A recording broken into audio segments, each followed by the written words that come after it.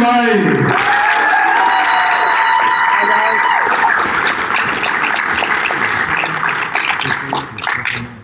Chris, Uncle Nasty. Uncle Nasty. Don't mess with him. Uncle Nasty. Hello.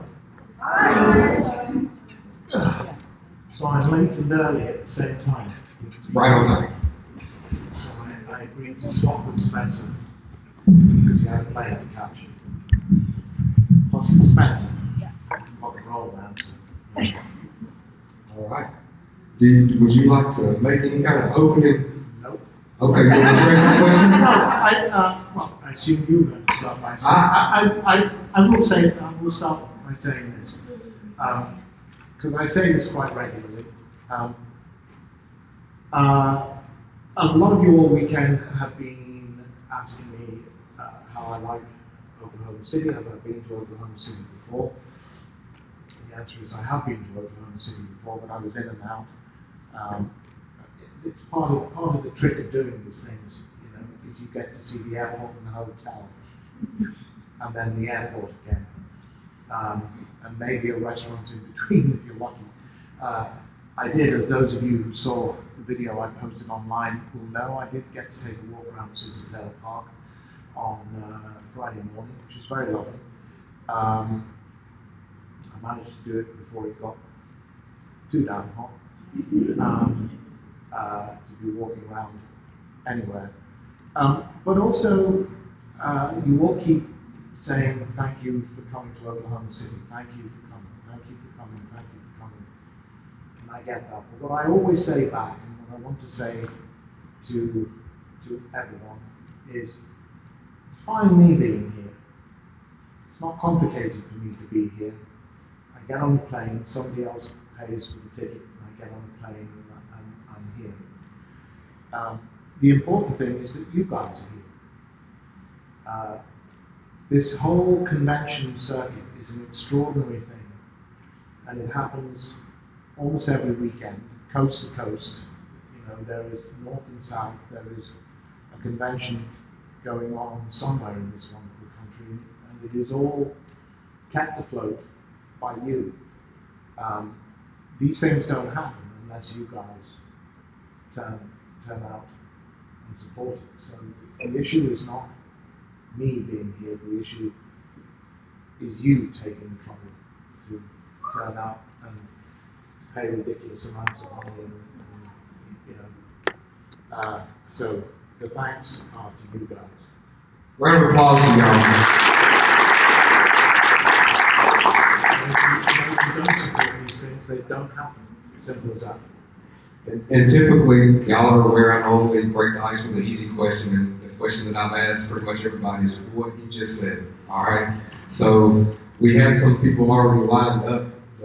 So if you would like, how we do this is we do one question apiece, but you can ask them more if you just get back in line, as long as there's nobody behind you. All right, guys. If it's okay with you, we'll let her take the floor. Sure. Fire away. So religious horror seems to be a field for you, going from essentially the hell priest to an exorcism priest in many films, and especially in The Exorcist, the 2023 film. That's absolutely my favorite exorcism film. So do you gravitate to those religious films, or is it something you seek out? How has that become kind of the genre that you're most associated with? Hello again, Heather. I might have known again. The simple questions. It's a complicated question, I think. And I've been asked this before, specifically in relation to, I was on a panel with a number of other horror actors, to what extent our religious upbringing and or religious beliefs feed into our performances or are at odds with what we're asked to do. And I think it is a complicated question. because inevitably horror, in all its manifestations really, deals very strongly with Christian iconography. I was raised in a religious household. I'm half Scottish on my mother's side. She was the daughter of the manse. Her father was a Scottish Baptist minister. And if you replace Scottish with Southern, you'll have an idea of his mindset. Fundamentalist, Calvinist persuasions, predestination, and all that good stuff. And every word of the Bible was a divinely inspired word of God, not to be criticized or altered or modified in any way, shape, or form. And he was a very powerful and dominant figure, actually important to me in my growing up, but in ways I don't think he imagined or expected or would have wanted. And I remember I spent all my childhood summers in Edinburgh, which is where my grandparents lived. And I remember going to, we'd get taken along on Sundays to Charlotte Chapel in Charlotte Square in Edinburgh, which is his church.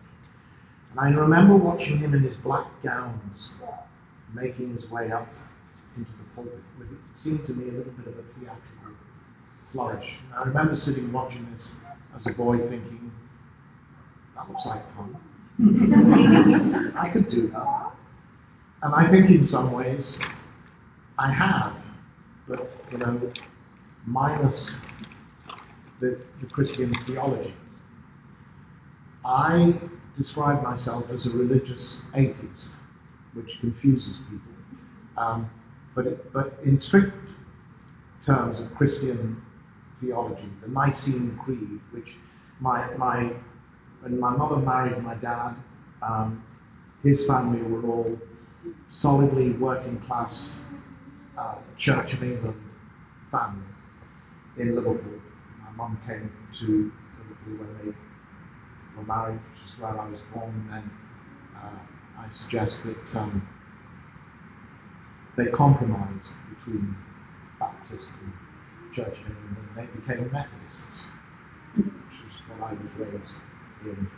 And the church was very much central to their lives, really.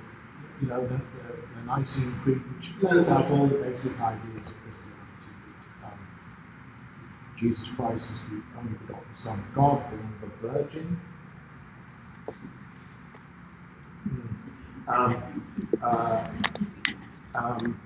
All of that, and through to crucified and resurrected and ascended into heaven and sits at God's right hand.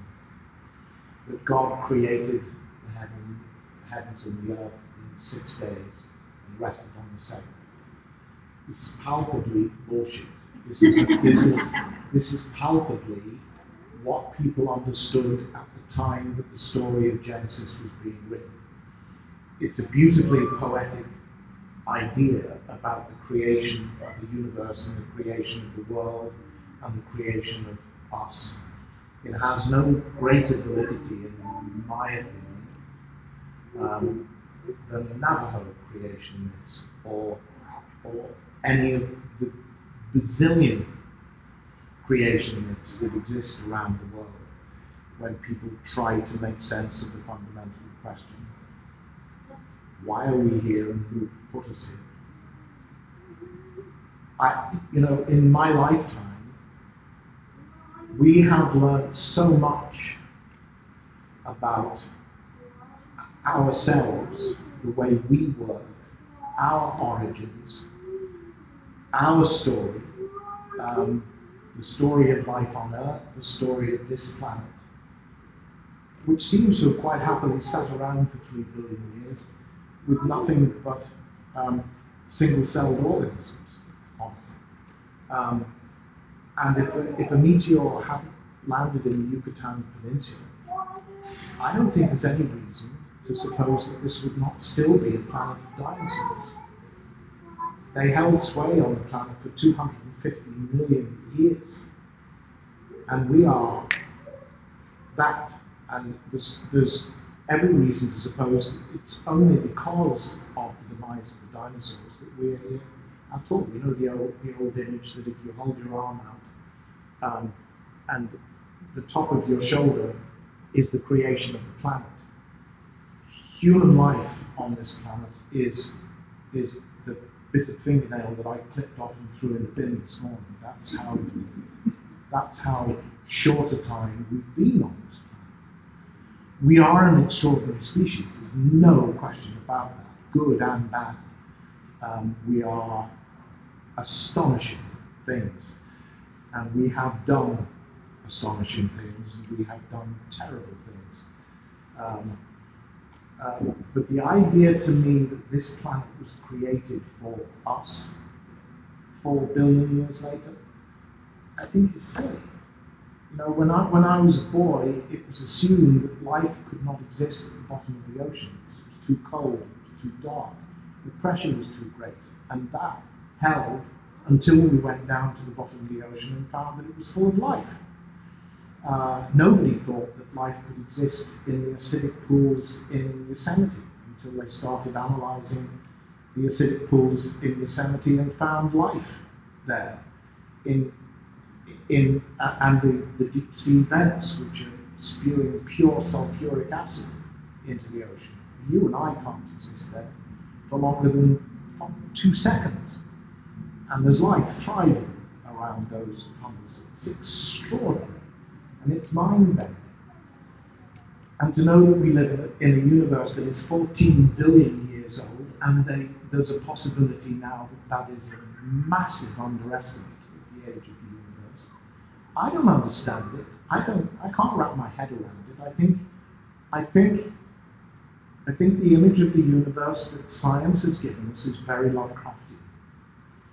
It's very unforgiving, it's very cold. It is not filled with reassurance. It tells us that life is extremely fragile and extremely buoyant at the same time. Life thrives in ways that we can't imagine. And the people who wrote the Genesis story knew nothing of any of that. And that tells me that it's written by human beings and it's not written by God. Otherwise, God knew all of this. If God exists, he knows all of this. So why not tell them? Oh, by the way, the sun doesn't go around the earth. It's the other way around. I assume God knew that. So, sorry, long-winded way around to say that, and part of the reason why I call myself a religious atheist is I love all the trappings of religion. I love all the imagery and the symbolism and the iconography around religion.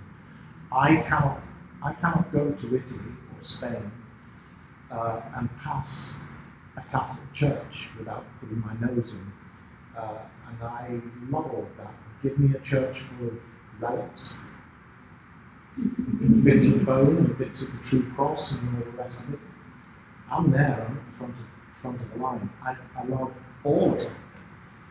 And I think sometimes somebody like Mr. Dawkins, The God Delusion, and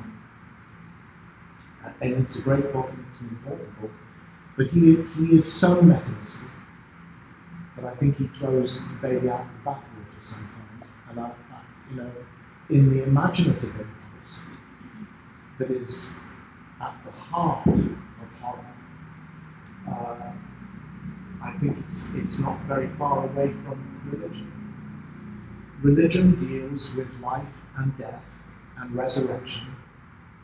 And doesn't horror deal with life and death and resurrection and blood and the flesh and the spirit and all the rest of it? It's inevitable, therefore, that religion is front and central in horror films. I personally don't believe in, it follows that if I'm an atheist, I don't believe in the devil.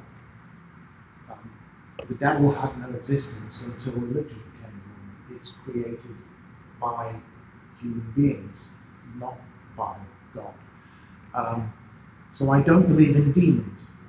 I don't believe in demonic possession. But if you ask me to play a priest in an exorcism movie, I'm your man.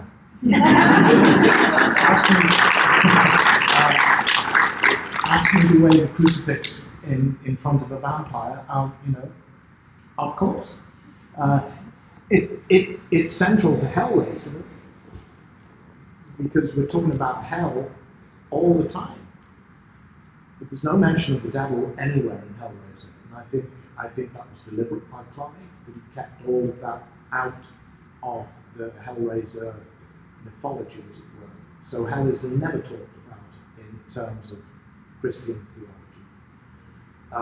One of the many important influences in Hellraiser, centrally important to Clive, and there are a number of them in Hellraiser. One is the story of Dionysus, and particularly the play The Bacchae by Euripides.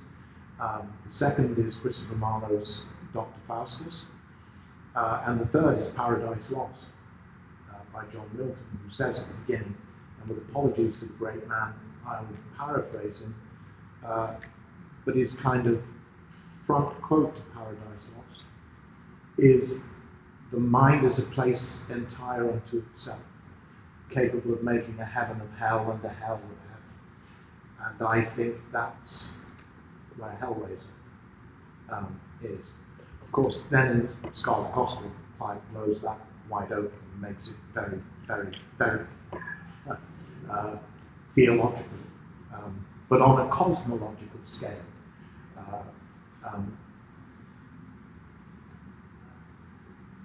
Does that even begin to answer the question? So, and the final answer is that I don't seek out movies. I think sometimes people have an idea that we actors sit at home, sipping martinis and smoking our Turkish cigarettes, going through a pile of scripts, saying, "Yeah, I might do that. How much are they offering for that?" And life is not like that. I am extremely fortunate that at the age of 70, people still want me to work with them. And that's how everything comes along, and that's how The Exorcists came along. Email from my manager, my agent. Here's the script, have a look, let me know what you think. And that's always where it starts from. Here's the script, and that's where The Exorcists came along. I was telling Heather before that The Exorcists is an asylum movie, and I, in my ignorance, had not made the connection. Asylum are the people responsible for Sharknado. And they specialize in exactly what they did with this movie. So they take an absolutely classic horror title, The Exorcist,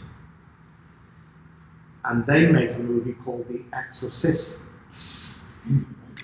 because there are several of us in the movie, and they do this all the time. When I turned up for my first day, I knew I was there for a week, and I was doing 2 days at the beginning of the week and 2 days at the end of the week, and I assumed that they would be in at least their third week of filming. When I turned up on my first day, I realized that actually no, the way that everybody was saying hello to each other, it was evident that this was their first day, and I knew at the end of the week was their last day. And that's the Asylum's approach as well.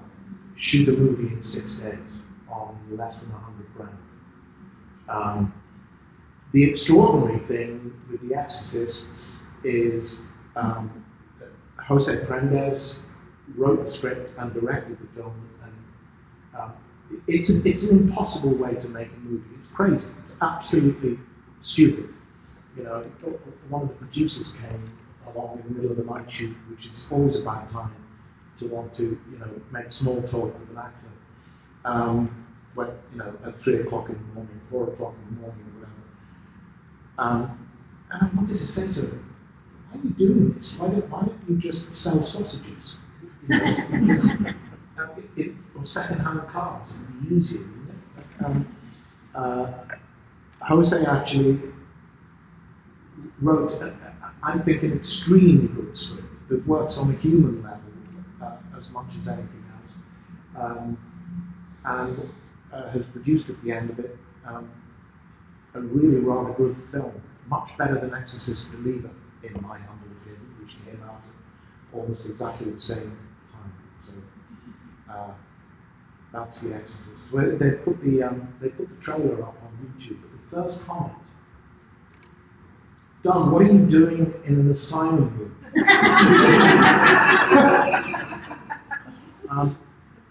I'm an actor.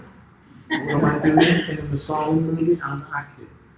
You know how infrequently we get the chance to do this? You know how much we love doing this? So what am I doing? I'm practicing my craft. I'm doing what I love doing. I'm getting paid for it, and I'm putting food on the table and keeping the lights on. So there. That's why we keep working as much as we can. And as I say, you know, at my age, I'm lucky still to be doing it. I will be doing some. I'm going to be doing a voiceover only role when I get back on Wednesday in the studio. A thing living inside a quantum computer called the Maker for a movie called The Demon Code. I think I'm not always the best judge of these things, but I think the screenplay of that is pretty good. A little bit Hellraiser-ish, I would say. The question being, what is real? You know, stuff keeps happening. You may be aware that I've been doing the voice of the technicians in Invincible for Amazon. They're doing a video game, and I'm going to be doing voice contribution to that as well as the technicians. So people keep asking me if I'm retired. Thank you so much for that wonderful response. Good question. You're welcome.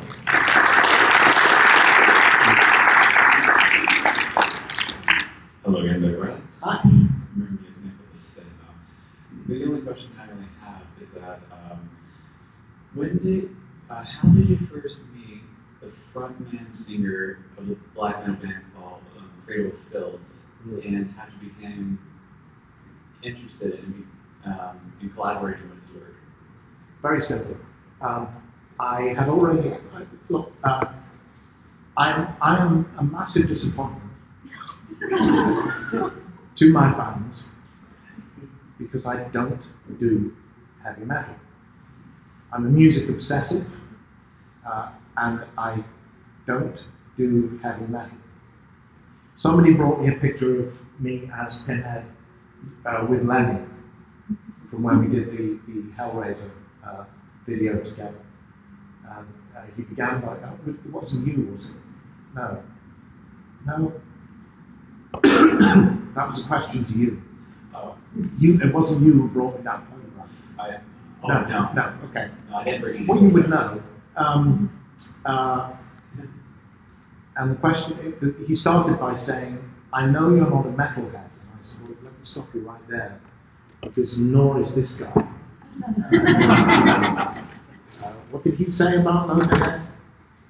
We are not a heavy metal band. We are a rock and roll band, period. So I was aware of Danny. I had met him. I think when they were doing Cradle of Evil, the movie, right? I think it was Cradle of Fear, I think. Cradle of Fear? You're quite right, yes. And I liked Danny, and I still do. And I was aware of Cradle because of the imagery that Danny was creating around it. I think he's a really talented writer, and the way that he has created that whole world around Cradle and kept it going for so long, I think is extraordinary, and he is an amazing performer. I've seen Cradle live, and he's tiny. You he's no barrel-chested American heavy metal singer. And he produces these two voices, the basso profundo, raw, growl voice, and that falsetto voice, without damaging his vocal cords at all, out of a tiny little frame. He's a great showman and he's a great performer. So I was sitting at home minding my business. Their previous album was,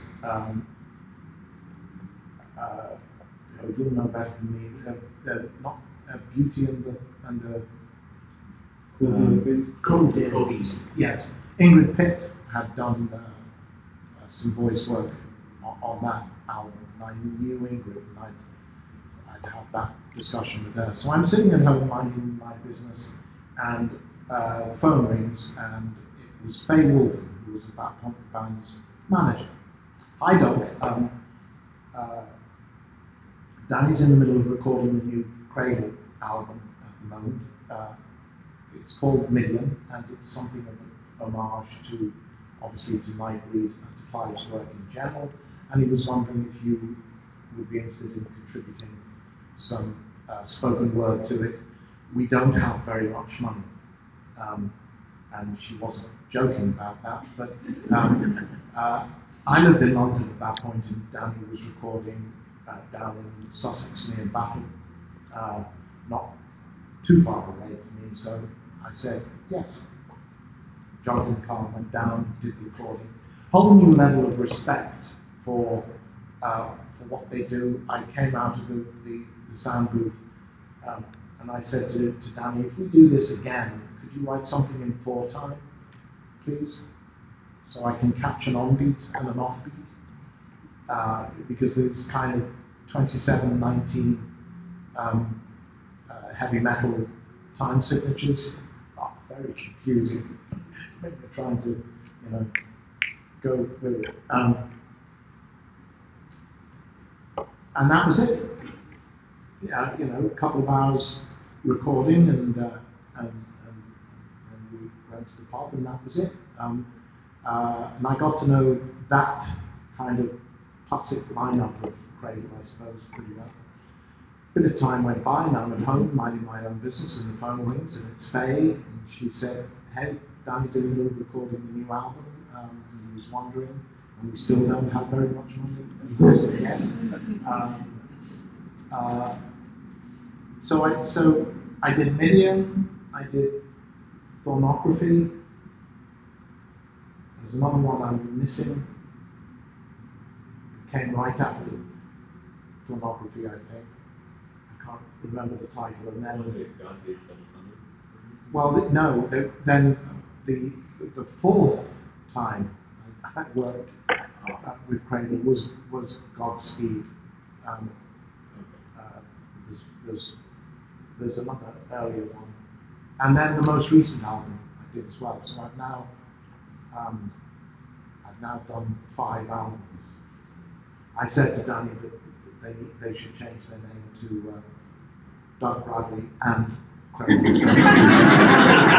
At this point, clearly they're basically my backing band. So,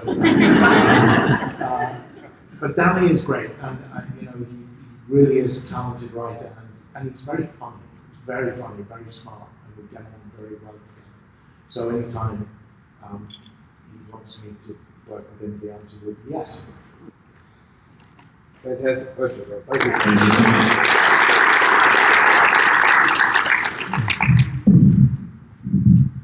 Hello, my name is Macy. I was just wondering if you have an opinion on toads. Like the frog. It's a whole thing. It's a thing online where famous people give an opinion on toads. Like, yeah, like, I thought you said toes. Toads, not the frogs, not toads. I don't know that I've ever stopped to think about toads for long enough to formulate an opinion. I like them. I've nothing against them. Lovely. I love Kermit. He's a frog. Does that count? Probably not. I mean, sort of. I mean, you know how like panthers are cats, but not all cats are panthers? It's like toads are frogs, but not all frogs are toads. Oh, is that right? Okay.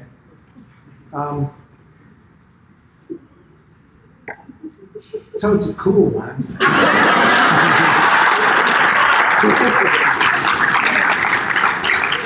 Rock on, toads. Thank you so much. Very valued opinion, very respected. What's your opinion of toads? I adore them. Good. I have a pet toad. Her name You is do? Shirt. Yes. It's called what? Shirt? Shirt, yeah. Okay. And- Why? Well, I originally had Pants, but he passed away. You can laugh at that, it's okay. I'm not going to ask why. But she's about burger sized, if I do say so myself. And yeah, I actually just got pins made of her here. Very excited to carry her around my jacket now. And when you say a pet toad, so do you like take her for walks on the leash? Or? I don't take her for walks. I've let her in the backyard just to look around for a little bit. I lay down a blanket and I let her just like crawl around and hop around and whatnot sometimes. She does have a bucket in her enclosure and she likes to sleep in it and next to it and on top of it. And I do feed her worms. She loves her worms very much. Yes, I could understand that. I'm sure if I was a toad, I would love my worms too. Oh yeah, for sure. Yes. Well, thank you, and give my love to Shirt. I will thank Condolences on cancer. What are you going to call the next one? you. You know, I was thinking, it really depends, because I didn't know what I was going to name Shirt. I had to like actually hold her and look at her before I knew what I was going to name her. Right. But Maybe I'm thinking- vest or Maybe, socks. yeah, I was thinking socks, Socks. or, Cardigan. oh, cardigan is good, I never even thought of that. I just would be lovely. Draws. Maybe bra, cufflets, you know, tuxedo, you never know, just gotta hold them and look at them and they don't know. Yes, good. Thank you. You're very welcome. I had a pot toad one time. You have what? A pot toad. It lived in a pot on my porch. I had knocked in a hole in the pot and it would come out and I'd feed the bugs like off the light. I'd catch them off and hand that through. Hung out for like offset. Very simple. Hi, my name is Nate, and I'd like to know, did you always want to act in life, or but if you didn't, how did you get into acting? It was something that was always there, you know, from doing nativity plays at school, and I did plays at Sunday school. So it was something I always did, and something I was always mesmerized by. I loved going to live theatre. I don't think I had any idea that this was something you could do for a living. I'm not sure I'm convinced of that yet, but actors to me were kind of rarefied creatures. I had no notion that they continued to exist once they exited the stage, you know, as ordinary people with ordinary worries and concerns. My route to acting begins in 1969 at Quarrybank High School in Liverpool. I got cast in the school play, and was told to report for rehearsals. The Government Inspector by Nikolai Gogol, who's a Russian playwright. So this I duly did and met all my fellow cast members, which included a fellow by the name of Clive Barker.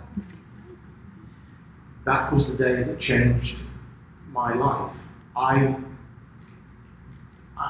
not sure that I would have become that had I not met Clive at an extraordinary character, as you don't need me to tell you. And he was at that time, as well as being in school plays, he was writing, directing, starring in, and hand drawing his own posters for his own plays at school, which he would put on at school. The head teacher would give him permission to take over the school hall for a week to put these plays on, and I got drawn into that orbit. After school and university, we started our own theatre company in Liverpool. Clive and I and a group of friends who kind of constellated round him at Quarry. And that process carried on through the 70s. And then there came a point, I think it would be around 1980, we were doing a play called The History of the Devil, which is published now, so you can go and find these plays now. Written by Clive. I was playing the devil. It was a huge role, great play, I think. The devil is basically appealing against his sentence of being thrown out of heaven. We're back with Paradise Lost again. Better to rule in hell than to serve in heaven, says Satan in Paradise Lost. So the devil's punishment is to come to earth, and this is his dominion. And he's now appealing against his sentence, and the basis of his appeal is that everything he's been accused of, he didn't do. It was us, not him. And this is a kind of supernatural court that has been convened on the shores of Lake Turkana in Africa. Why? Ask Clive. And it has the power to bring witnesses from the dead. So scenes from human history involving the devil are played out, including a fist fight with Jesus Christ, or a fight with sticks with Jesus in the desert, which was very, very funny.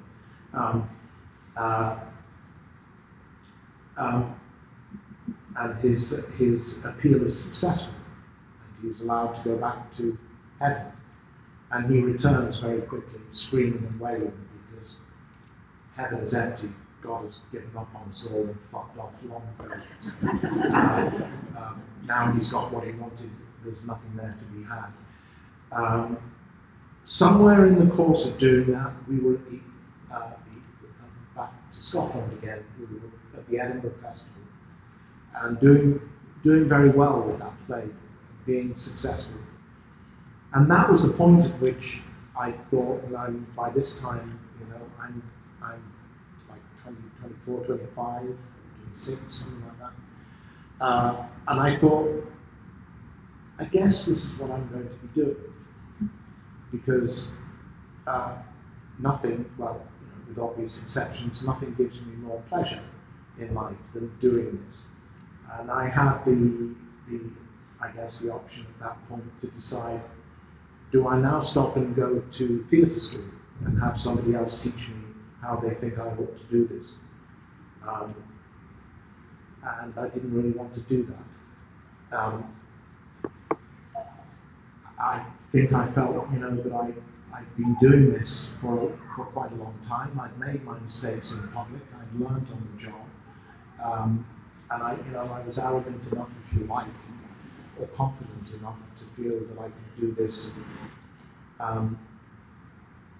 better than some, as well as most, and not as good as quite a few, if I can put it that way.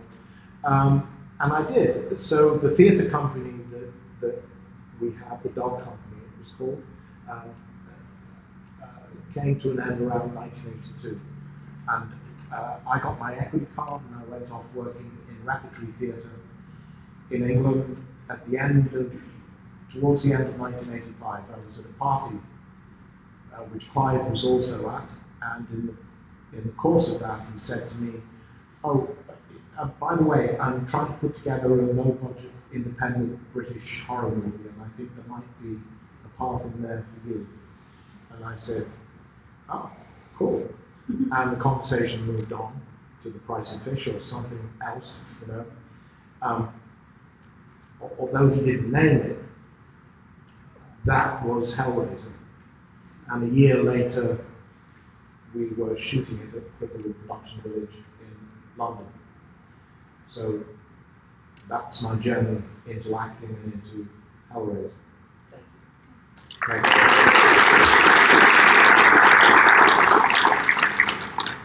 Hello. First of all, I want to say thank you so much for bringing Clyde's character to life. For me, cosplaying as Pinhead is, I've got to meet so many amazing, talented other cosplayers and friends, so thank you for opening that avenue for me. But I want to... Since you invoked Clive's name, I have to say, on his, were he here sitting next to me, he would by now already have commented on the fact that you are wearing a baseball cap with the word Cox. I went to college at University of South Carolina. Okay, he'd be Cox. Yeah. He'd be impressed. I had the pleasure of meeting him, so he was incredible. I did not wear And the whole tone of this Q&A would have nosedived. Carry on. So I know back in the 80s, a lot of times people didn't keep anything from the sets. A lot of the prosthetics and things are just destroyed, thrown away. Is there anything that you kept or know that's still around from the original film? Very often you're not allowed to keep stuff, simply because they're concerned about reshoots and additional photography, so they want to be certain that everything stays in place. From Hellraiser, no. I have one box from Hellraiser 3. Again, it's when we were doing reshoots, and it's nothing exciting. It's what we would call one of the hero boxes. So it's basically a block of wood with metal fascias glued onto it, and then the whole thing lacquered over. And there were quite a few of these, and I became aware that the director, the sadly late Tony Hickox, who passed away a year or so ago, was far too young, great shame, was giving these things away, mainly to a number of his girlfriends, former girlfriends, including Patsy Kensit, if that name means anything to anyone. And I was watching this while I was having my makeup removed, and I asked for Paul Martin, the assistant director, if he would come to the makeup room, and he said, yeah, what's the matter? And I said, tell me you're giving all these fucking boxes away. Any chance I might have one? He said, you don't have one? And I said, no. He said, yeah, absolutely. So, from Hellbound, when we moved from Cricklewood Production Village to Pinewood Studios, and this was an exciting moment in my life, driving through the gates of Pinewood Studio for the first time and being aware of everybody who had gone there before me, and thinking of everything that had been shot there before we were shooting Hellbound was very exciting, pretty humbling. And we had dressing rooms. We had our own dressing rooms. We did not have that on Hellraiser, I assure you. And my name was slotted in on the door of the dressing room with my name in beautiful copper plate handwriting. And I kept that. You can, if you're clever, keep things. We had a Q&A in which Claire Higgins, Julia, was a part. And the question was, what in our opinion is nothing to do with ourselves are the most iconic pieces of imagery in Hellraiser. And Julia's earrings were mentioned. Someone wondered if, what became of Julia's earrings. And Claire said, oh, I have them, darling. They may have fallen into my handbag one day.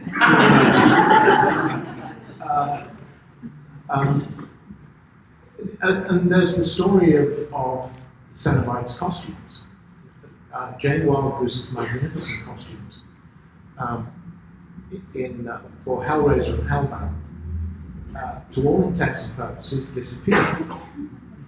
the story I was told was that they had been lying in the corner of Bob Keane's image animation workshop, and mice had got into them. So they were condemned and they'd been thrown away. Now, I know this isn't true because I've seen Chatter's costume, which a collector has.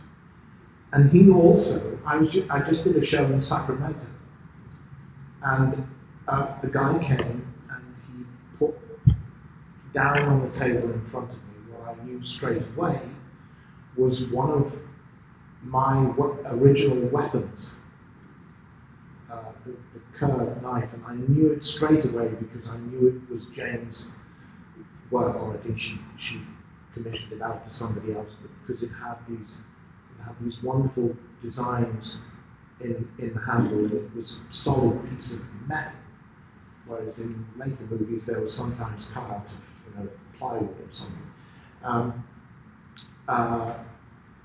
He doesn't know what happened to Pinhead's costume, but I saw Chatter's costume and I knew straight away it was authentic. So what happened to those, I don't know, but if there was one thing I could possess, it would be that. But no, I did keep a piece of makeup. Now the problem with the makeup is when you're taking it off, you use oil to break down the adhesive. The oil gets into the makeup and destroys it, blows it up completely. So it's useless, it goes in the bin. The only way you can preserve the makeup from day to day is to remove the makeup with neat alcohol, which is not so much fun as it might sound. Not really a thing you want to be doing. But the top part of the head, because it went on to a bald cap, which was necessary in the late 80s because I had rather a lot of jet black hair back then. So all those of you out there sporting fine heads of hair, it'll be coming for you. So that bit we could remove. I could kind of, and I kept a section of that, but I didn't know what I was doing, and I wrapped it in tissue paper and it desiccated and crumbled away to dust. So that's gone. That's it. Thank you very much. You're welcome.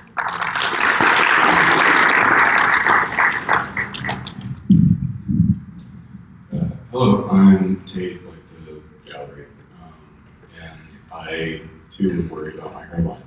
You can't see it, it's coming for me. That's where it started. That's where it started for me. Oh yeah, well, I've got the Started to triangular go. thing going on. You can still see if I do that. You can see there the Widow's Peak Yeah. line, as it's Oh called. yeah, no, I've got it. And then I had that moment. It was actually thanks to a bathroom in an American hotel. Mirrors in front of me and mirrors behind me. And that's the first time that I saw that. I looked up in the mirror and went, "Wow!" Unfortunately, But we digress. Yeah, no, I didn't come up here to talk about milk baldness. I was just, I guess, on the topic of, well, I didn't know that you and Clive Barker were traveling friends, first of all. That's interesting. Well, we were teenagers. Well, teenage, Go to. yeah, high school friends. Yes. On the topic of that, and I guess religious horror technically, I really like Nightbreed. It's one of my sort of guilty pleasure movies. So I know it's quite different from the book and yada yada, like different cuts and everything. But do you have any interesting stories from shooting Nightbreed at all? Oh, God. I'm very bad at interesting stories unless when I specifically ask for them. Nightbreed was an extraordinary journey and a complicated and challenging journey. Magnificent sets. The budget had gone up. We were still at Pinewood, and most of the crew on Nightbreed were the crew that had worked on Hellbound, because everything was happening very quickly. This was spring of 1989. We were shooting Nightbreed, and we'd only shot Hellraiser in the fall of 1986. So it's 2.5 years later, and Clive's now into his third movie. What I knew straight away was that as soon as they had that quote on the Hellraiser poster, "I've seen the future of horror and his name is Clive Barker, Stephen King," I thought, well, you can pigeonhole Clive into horror if you want to, but he will be digging his way out of the back of that pigeonhole as fast as he can. And Nightbreed is not really not really intended to be a horror film. It's if I relate it as we were shooting it at Pinewood to anything, it would be to something like Fellini's Satyricon. It was very much a piece of what Clive would have called then, he may still now for all I know, the fantastique.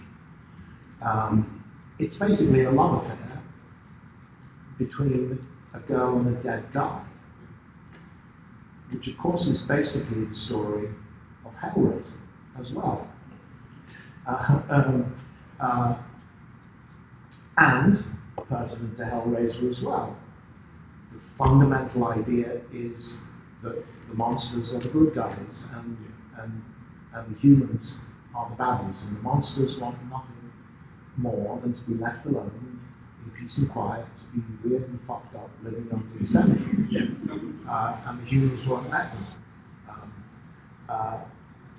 It was chaos some mornings, because there were so many characters in prosthetic makeup, and some of them very complicated. For me, it was a repetition of Pinhead, which was difficult for me, because everything involved with that process, the smell of the glue, the brushes, the paint, the smell of the latex, the whole process, to me, belonged with Pinhead. It was part of being Pinhead in my head. And all of this was exactly the same. And all these makeups, although they look very different on the outside, I'm sure if Robert Englund was here, he would say, there's no difference basically between Freddy's makeup and Pinhead's makeup. They just look different on the outside, but the process of application is identical. So I had to keep, reminding myself, you're not playing Pinhead, you're playing Liesberg. It was up to chaos, because there were so many makeups to be applied and only a given number of hands available at any time. I was very lucky in that I had Mark Coulier working on my makeup as part of Hopkins' crew. I think it's an amazing piece of work. It's a wonderful makeup. And Mark, of course, is now one of the few human beings on this planet who can claim to be a triple Oscar winner.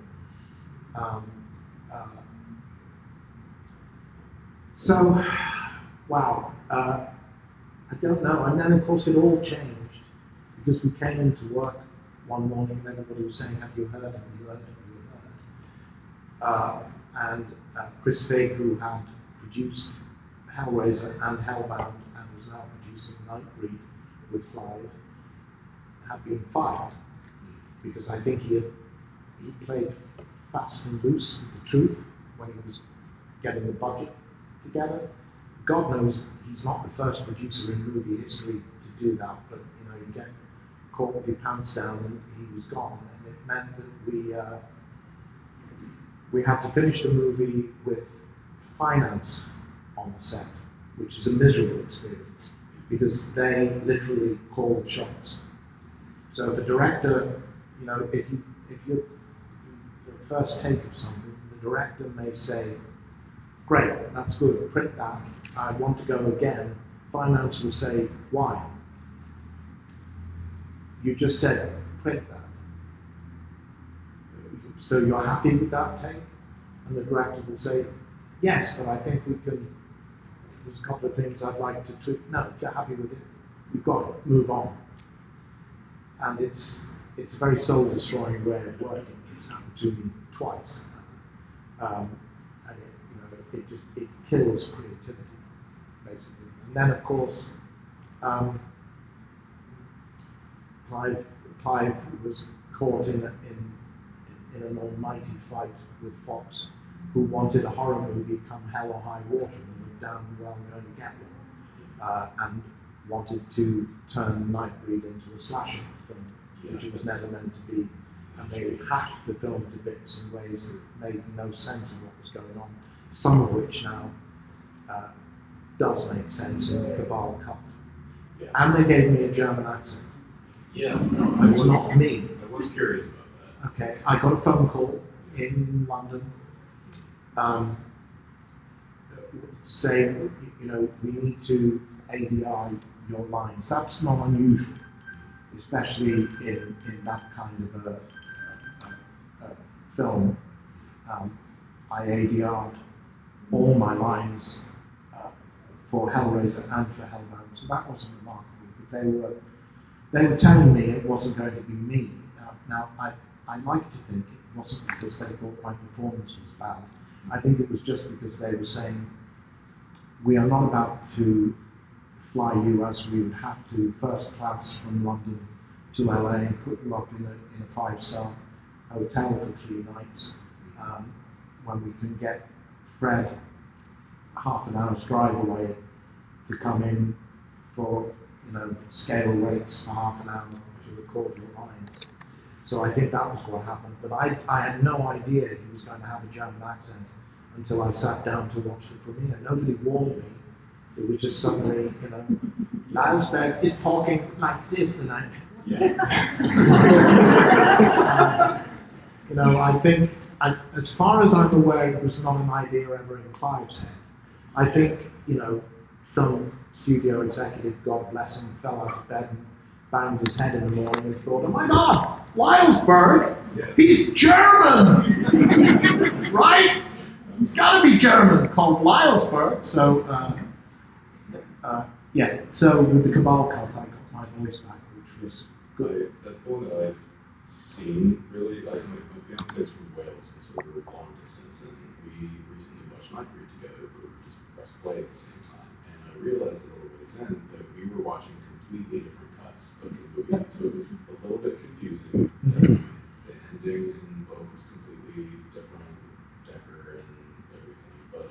Well, Decker was it's not in no way, in any way, a criticism of David Cronenberg, who did a great job. But Decker was never intended as anything more than an extraordinary kickstart to the plot. If you've read Cabal, you're aware of that, and that's the process we were shooting, because, as I said, they were determined this was going to be a slasher film.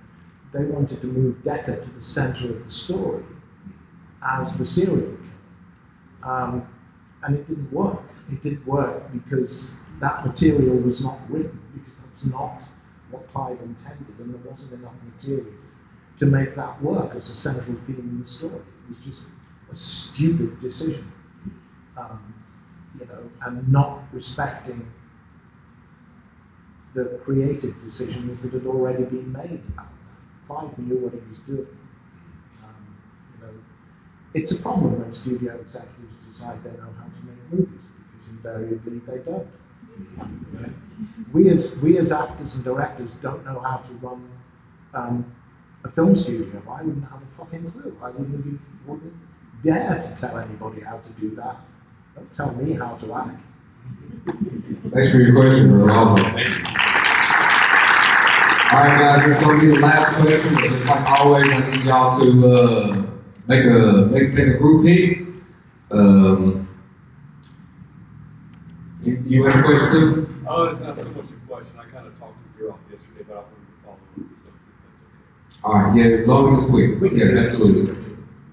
Hello, Hi. my name is Adam. I'm a huge fan. I showed up a little bit late to this panel, so if you've already got asked this question, I apologize, but I know you've heard it 100 times before. We can get through this. Go on. Sorry. What is your favorite Hellraiser movie? And also The first one. The first one? Okay. And then what do you think of the newest remake addition to Hellraiser? And have you been approached for anything in the future with new Hellraiser stuff? Okay, well, I can answer that one. No. As some fans affectionately dubbed it, Hulu Raiser.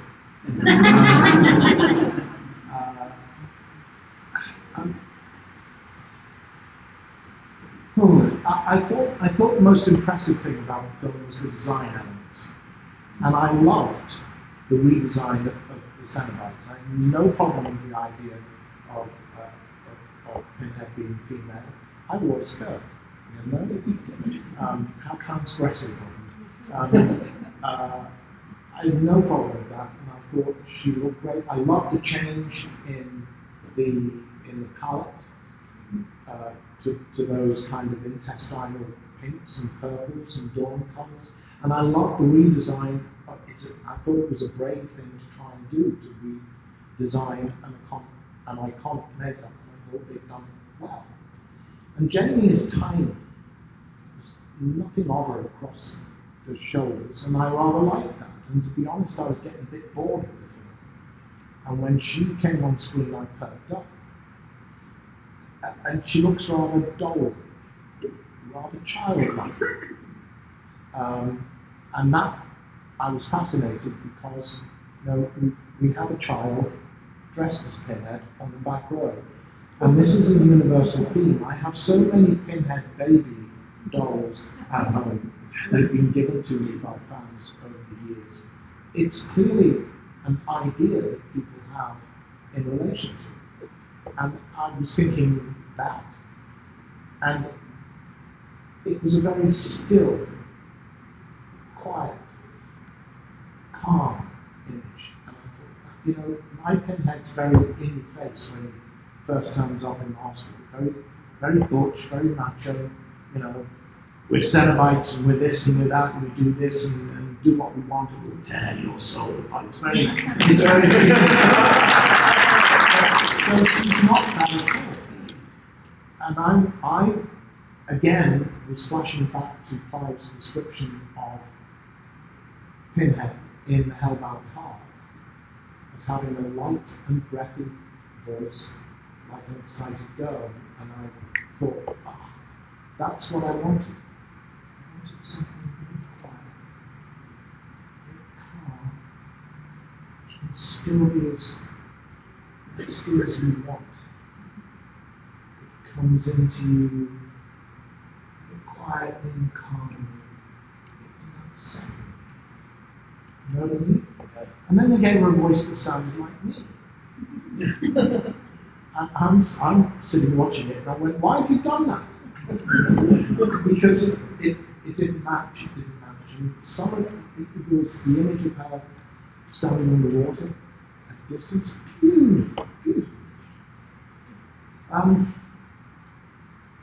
Then it felt to me like they didn't really know what to do with the Cenobites. Like Chatterer has 2 shots and he's done. You know? And that I thought was a disappointment.